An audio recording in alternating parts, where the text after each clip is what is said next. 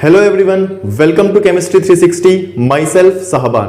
तो students, previous video lectures में हम एल्कली मेटल्स की केमिकल रिएक्शंस डिस्कस कर चुके हैं। एल्कली मेटल्स अदर सब्सटेंस के साथ कैसे रिएक्ट करता है, वो एयर के साथ रिएक्ट करके क्या कंपाउंड बनाता है, इसी तरह वो हैलोजन के साथ रिएक्ट करके क्या कंपाउंड बनाता है, वाटर के साथ किस तरह रिएक्ट करता है, ये हमने अपने प्रीवियस वीडियो लेक्चर्स में बहुत अच्छे से पढ़ लिया था।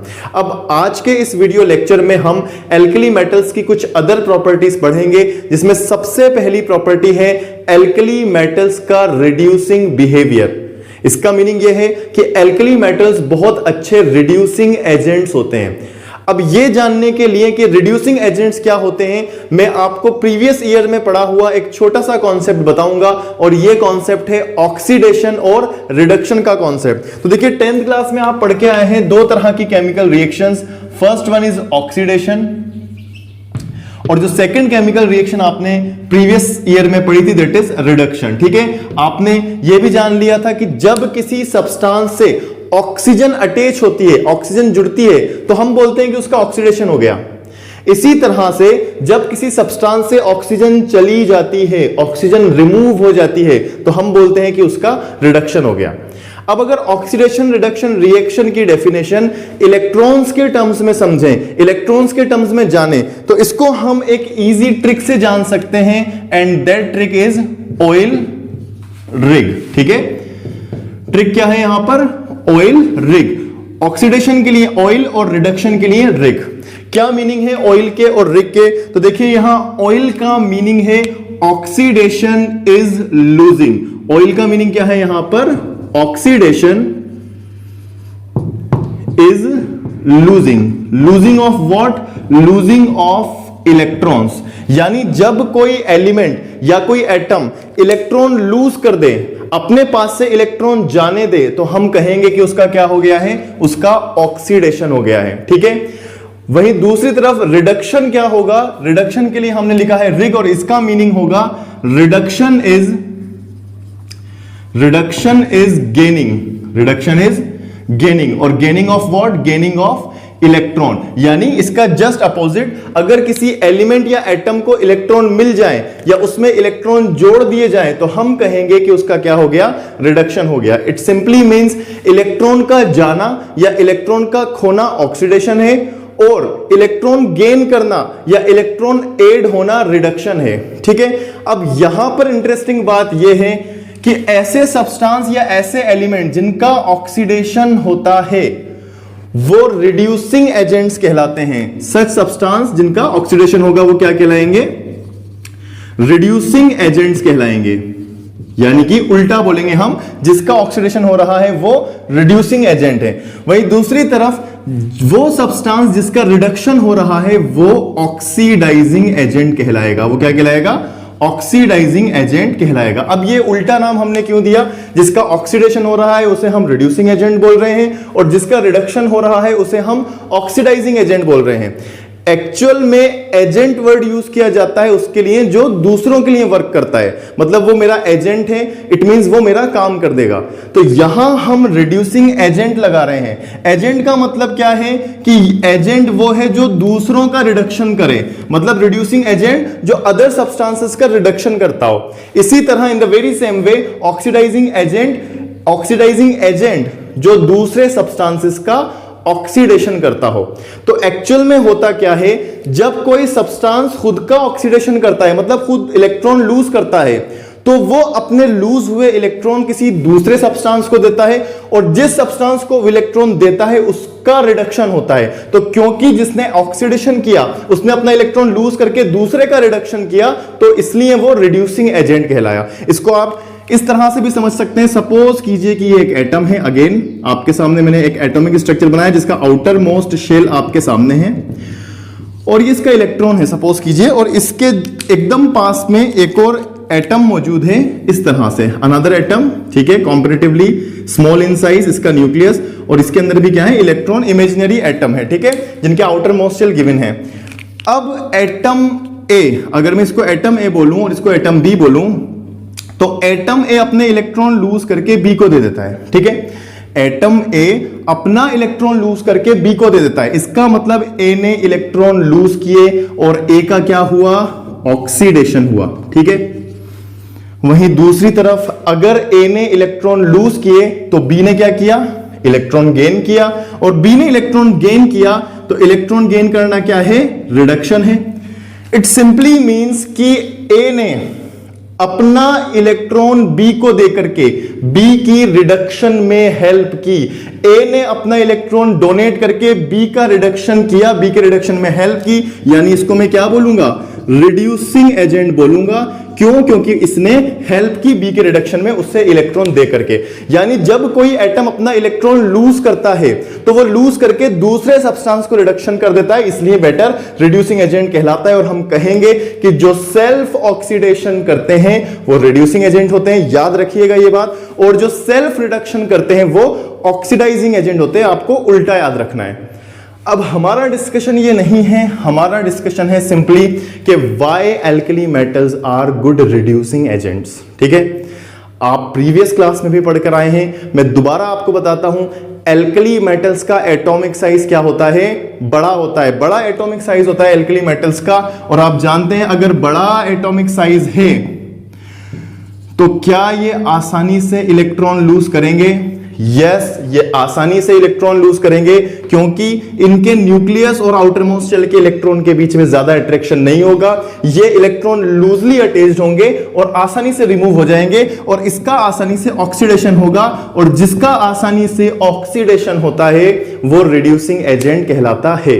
तो क्योंकि एल्कली मेटल्स का एटॉमिक साइज बड़ा है और बड़े एटॉमिक साइज होने की वजह से ये आसानी से इलेक्ट्रॉन रिमूव कर देते हैं और खुद का ऑक्सीडेशन कर देते हैं, that is why they are good reducing agents. Why, because they are good electron donors. तो मैं उम्मीद करता हूं कि आपको ये कॉन्सेप्ट समझ में आ गया होगा that alkali metals are good reducing agents, ठीक है। अब इसके आगे जो हम सेकंड फिनोमिना पढ़ेंगे एल्कली मेटल्स का, वो है लिथियम का एनोमलस बिहेवियर। तो अब हम पढ़ेंगे एनोमलस बिहेवियर ऑफ लिथियम। तो सबसे पहला क्वेश्चन ये बनता है कि एनोमलस बिहेवियर कहते किसे हैं। देखिए स्टूडेंट्स, अगर आपने पेरियोडिक टेबल को बहुत अच्छे से डिस्कस नहीं किया है तो मैं आपको बता देता हूं कि पेरियोडिक टेबल में हमने एलिमेंट्स को ग्रुप वाइज अरेंज किया है, और हम ये पढ़ते आए हैं कि एक ग्रुप के, एक वर्टिकल कॉलम के सभी मेंबर्स की जो प्रॉपर्टीज होती हैं, जो केमिकल और फिजिकल प्रॉपर्टीज होती हैं, वो ऑलमोस्ट सेम होती हैं। फॉर एग्जांपल अगर हम हमारे फर्स्ट ग्रुप की बात करें, यानी कि lithium, sodium, potassium, rubidium, caesium, तो ये हमारा फर्स्ट ग्रुप होगा, that is our first group. और इस ग्रुप के सभी मेंबर्स की प्रॉपर्टीज ऑलमोस्ट सेम होंगी, लेकिन किसी भी ग्रुप का पहला मेंबर, फर्स्ट मेंबर, जैसे हमारे ग्रुप का पहला मेंबर कौन है, लिथियम, अपने ही ग्रुप के अदर मेंबर्स से, बाकी जो मेंबर्स हैं उनसे कुछ मिसमैचिंग भी शो करता है, या मैं बोल सकता हूं कुछ अदर बिहेवियर भी शो करता है, डिफरेंट बिहेवियर भी शो करता है, जिसको हम एनोमलस बिहेवियर बोलते हैं। यानी मैं बोल सकता हूं what is anomalous behaviour, each first member of each group show different behavior with its own members of the group, ठीक है। अपने ही ग्रुप के अदर मेंबर्स से पहला मेंबर डिफरेंट प्रॉपर्टीज शो करता है, जिसको हम एनोमलस बिहेवियर बोलते हैं। इसका मतलब क्या हुआ, सेकंड ग्रुप में बेरिलियम एनोमलस बिहेवियर शो करेगा अपने ही ग्रुप के अदर मेंबर्स से। इसी तरह 13 ग्रुप में बोरोन नीचे के सभी मेंबर्स से एनोमलस बिहेवियर शो करेगा। इसी तरह 14 ग्रुप में कार्बन, 15 ग्रुप में नाइट्रोजन और 16 ग्रुप में ऑक्सीजन अपने ही ग्रुप के अदर मेंबर से कुछ कुछ डिफरेंसेस शो करेगा, जिसको हम एनोमलस बिहेवियर बोलेंगे, ठीक है।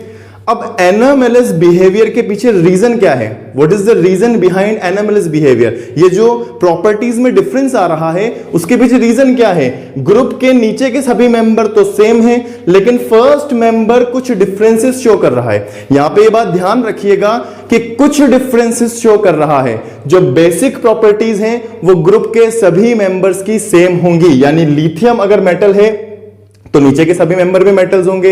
लिथियम का इलेक्ट्रॉनिक कॉन्फ़िगरेशन NS1 है तो बाकी सबका भी NS1 होगा, लेकिन लिथियम कुछ डिफरेंट बिहेवियर भी शो करेगा।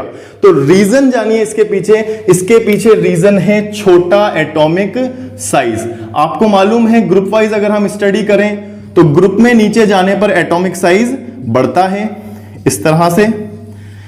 तो इसमें होता क्या है, किसी भी ग्रुप का पहला मेंबर, ठीक है, किसी भी ग्रुप का पहला मेंबर साइज में बहुत छोटा होता है और जो अदर मेंबर्स होते हैं वो इससे साइज में क्या होते हैं, बड़े होते हैं, बिग इन साइज। और इस साइज में डिफरेंस की वजह से ये एनोमलस बिहेवियर शो होता है। इसका मतलब क्या हुआ, आपसे पूछा जाए what is the main reason behind anomalous behaviour, so the answer is first member of each group is very small in size from the other members of the same group. अपने ही ग्रुप के other members से size में बहुत छोटा होने की वजह से जो ग्रुप का पहला मेंबर होता है वो एनोमलस बिहेवियर शो करता है। क्लियर है ये बात। अब आगे देखिए, हमें यहां पर डिस्कस करने हैं लिथियम के एनोमलस बिहेवियर। तो चलिए स्टार्ट करते हैं लिथियम के एनोमलस बिहेवियर, यानी कि वो डिफरेंसेस जो वो अदर एल्कली मेटल्स से शो करता है। तो सबसे पहला एनोमलस बिहेवियर है कि lithium is hard and it has high value of melting points and boiling points.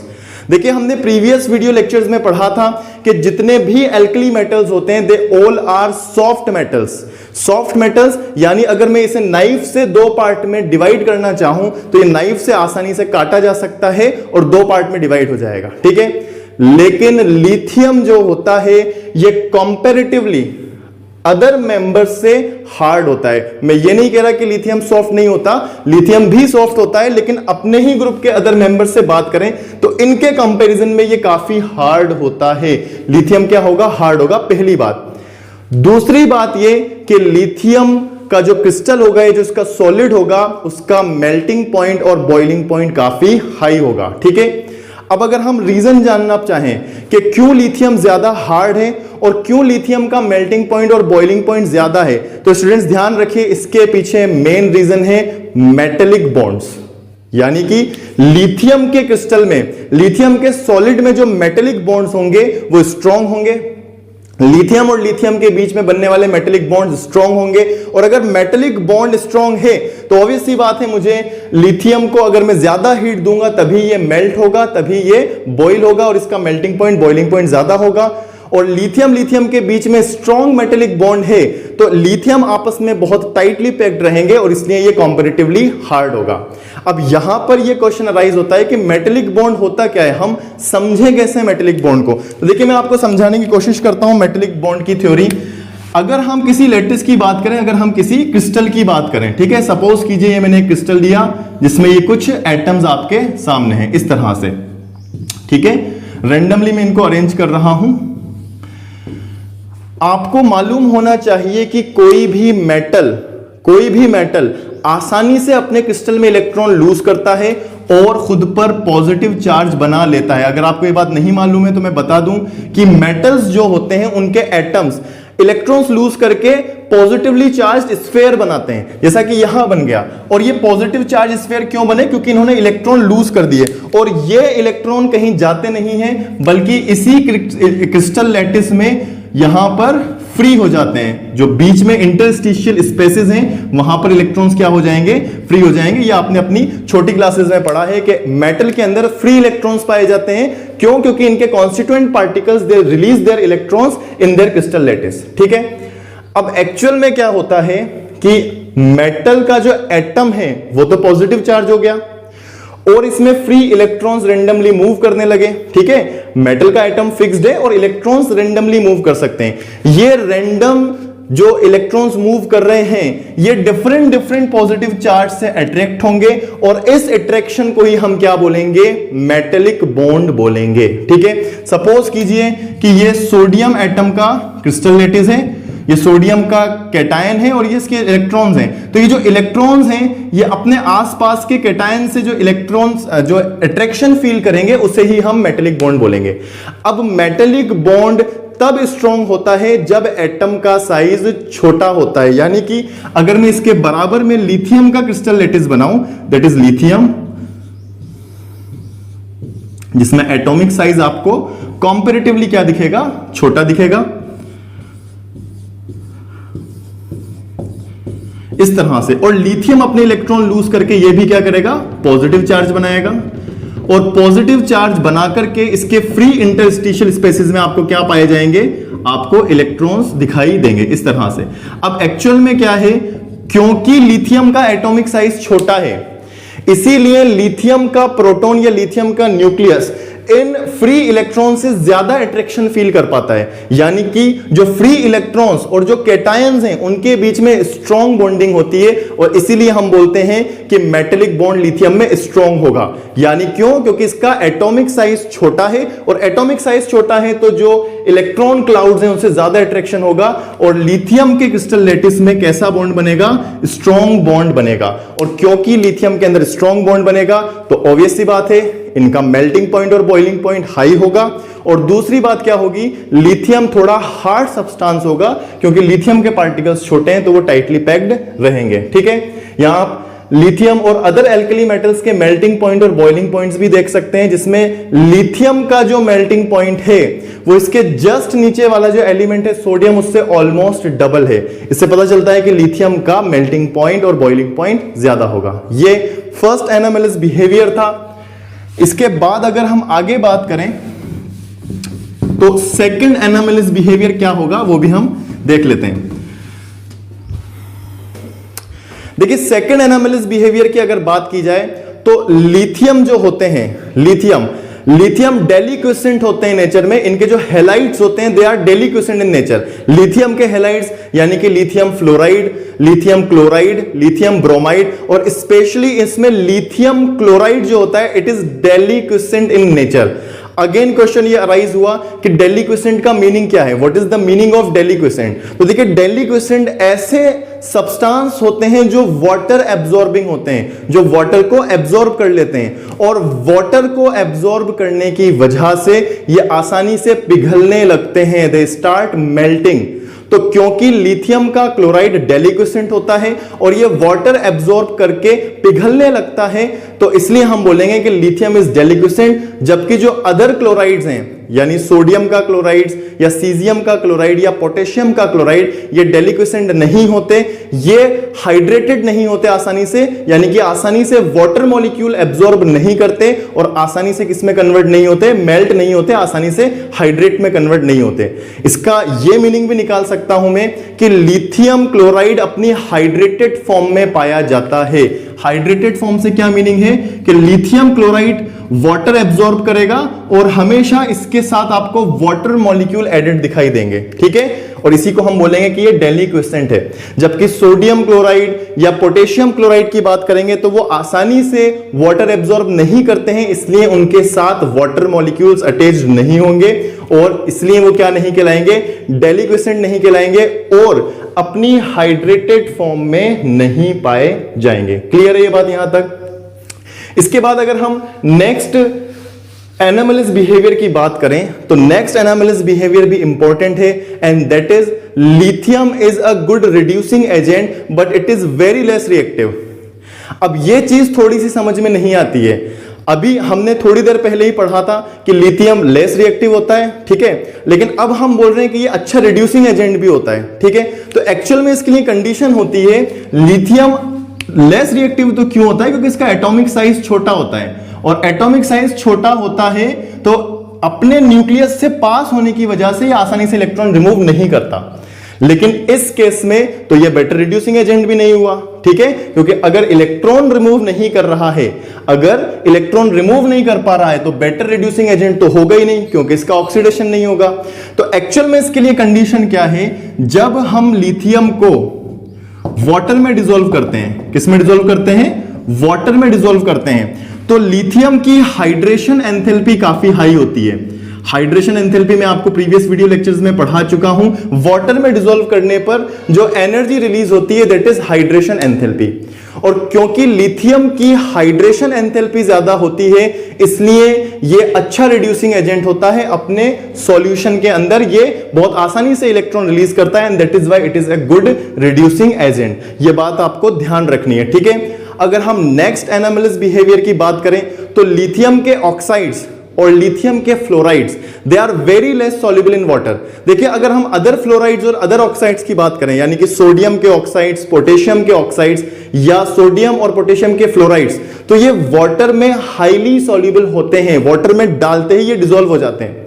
लेकिन लिथियम का फ्लोराइड और लिथियम का ऑक्साइड आसानी से डिसॉल्व नहीं होता, यह भी इसका एक एनोमलस बिहेवियर है। इसी तरह हम और एनोमलस बिहेवियर की बात करें तो हमने प्रीवियस वीडियो लेक्चर्स में पढ़ा था कि लिथियम ऑक्सीजन के साथ रिएक्ट करके मोनो ऑक्साइड बनाता है। यह बात मैंने आपको पिछले वीडियो लेक्चर में समझाई थी। जबकि जो अदर हैं जैसे सोडियम है, सोडियम परऑक्साइड बनाता है, और जो नीचे के मेंबर्स होते हैं पोटेशियम, रुबिडियम, सीजियम, वो सुपर ऑक्साइड्स बनाते हैं। साथ के साथ लिथियम एटमॉस्फेरिक नाइट्रोजन के साथ रिएक्ट करके एजाइड बनाता है। यह भी हमने प्रीवियस वीडियो लेक्चर में पढ़ा था, जबकि जो नीचे के मेंबर्स हैं वो एजाइड्स नहीं बनाते। ठीक है, नेक्स्ट एनोमलस बिहेवियर है लिथियम का हाइड्रोजन कार्बोनेट। लिथियम का हाइड्रोजन कार्बोनेट इकलौता हाइड्रोजन कार्बोनेट है जो लिक्विड फॉर्म में पाया जाता है, यानी कि ये सॉल्यूशन फॉर्म में पाया जाता है। जबकि सोडियम, पोटेशियम, रुबिडियम, सीजियम सबके जो हाइड्रोजन कार्बोनेट होते हैं ये सॉलिड होते हैं और मेनली ये व्हाइट कलर के क्रिस्टलाइन सॉलिड्स होते हैं। ठीक है, तो लिथियम के जितने भी एनोमलस बिहेवियर हम देख रहे हैं, आप इसमें देख सकते हैं कि ज्यादातर इसके छोटे एटॉमिक साइज की वजह से अराइज हो रहे हैं। ठीक है, ये सभी जो आपने पढ़े ये लिथियम के एनोमलस बिहेवियर थे, जिसमें लिथियम अपने ही ग्रुप के मेंबर्स से डिफरेंट बिहेवियर शो करता है। मैं उम्मीद करता हूं कि आपको ये सभी चीजें समझ में आ गई होंगी।